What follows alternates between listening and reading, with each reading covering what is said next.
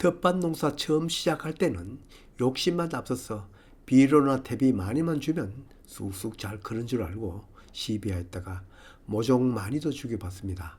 지금은 여러 번에 걸쳐서 주기 때문에 흔한 실수는 없습니다만 그래도 지나치지 않을 만큼만 주면 작물이 흡수하여 잘 클 줄 알았습니다. 그러나 그것도 알고 보니 그렇지 않았습니다. 작물이 비료를 흡수하기 위해서는 제반 조건이 한두 가지가 아니라는 걸 알았습니다. 이 영상에서 말하는 비료는 비단 화학 비료만이 아니고 퇴비나 깻묵 등 유기질 비료도 모두 포함하는 작물에게 주는 모든 영양제를 말함이라는 걸 미리 밝혀둡니다. 저도 비료 공부를 하고 알았습니다만 비료는 땅에 뿌린다고 바로 작물이 흡수되지 않습니다. 물에 녹아야 하고 또 용송인비 인삼 같은 경우는 뿌리가 분비하는 산에 녹아야 흡수되어집니다. 그것도 녹는다고 바로 흡수되어지지도 않습니다. 양이온이든 음이온이든 이온화되어야 흡수되어진다는 점입니다. 우리가 뿌린 비료가 바로 물에 녹여지고 이온화되어지는 것도 있지만 미생물이 있어야 되는 것도 있습니다.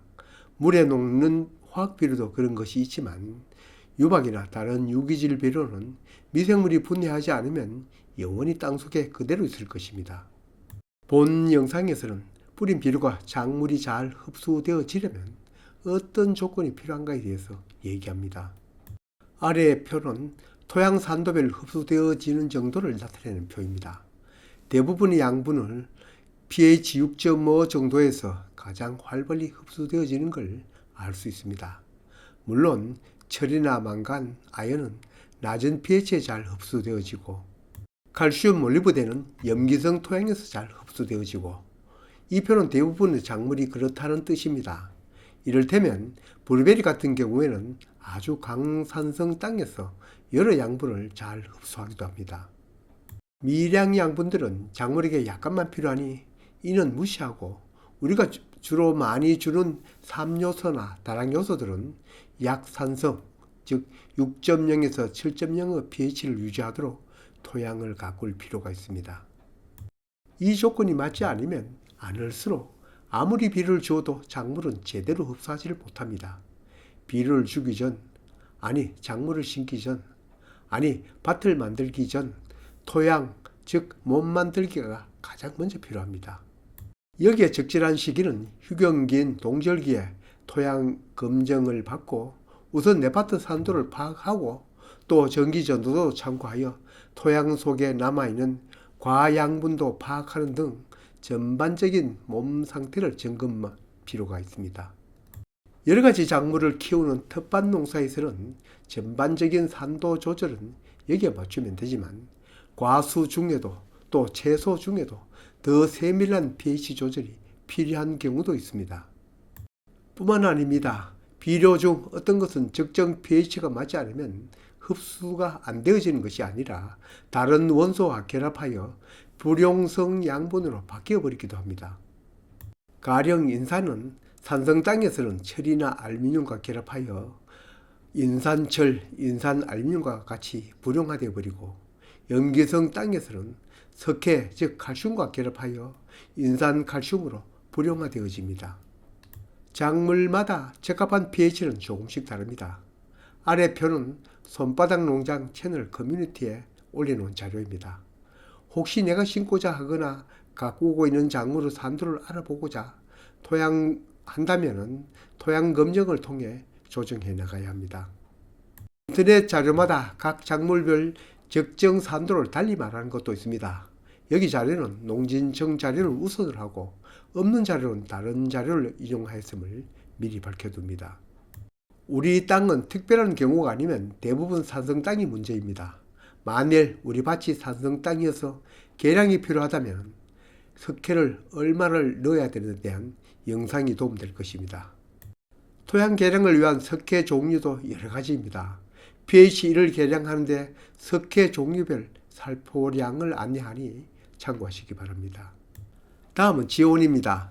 땅의 지온이 낮아도 가장 흡수가 잘 되는 질소도 10도는 넘어야 합니다.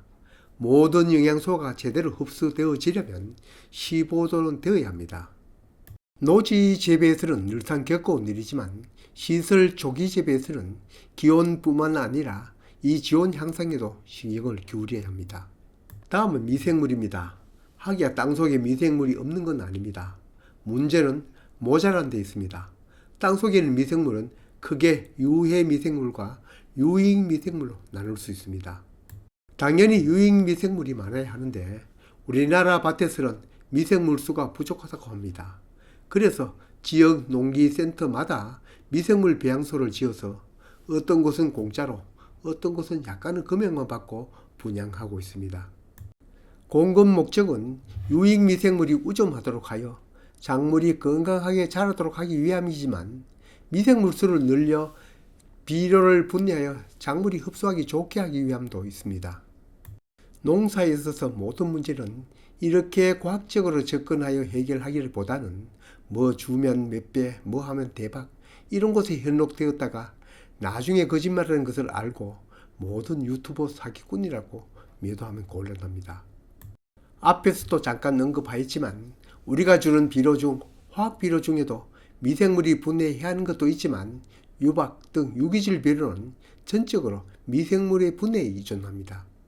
물에 녹든 산에 의해 녹든 미생물에 의해 분해되든 각 영양소들은 아래 표에 보듯이 양이온, 음이온으로 변화해 흡수되어집니다.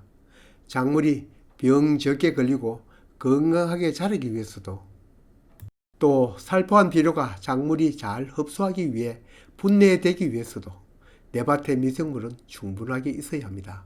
물론 대비를 뿌리는 것도 미생물 확보를 위해서이지만 따로 더 보충해야 될 때도 있습니다. 작물이 비료를 잘 흡수하기 위해서는 뿌리도 잘 발달해야 하죠.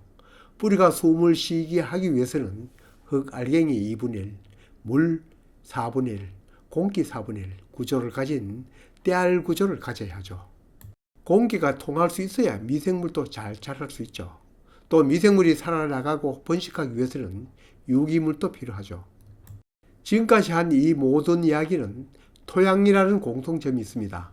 농사는 농부가 짓는 것이 아니라 태양과 토양이 짓는 것이라는 걸 알 수 있습니다.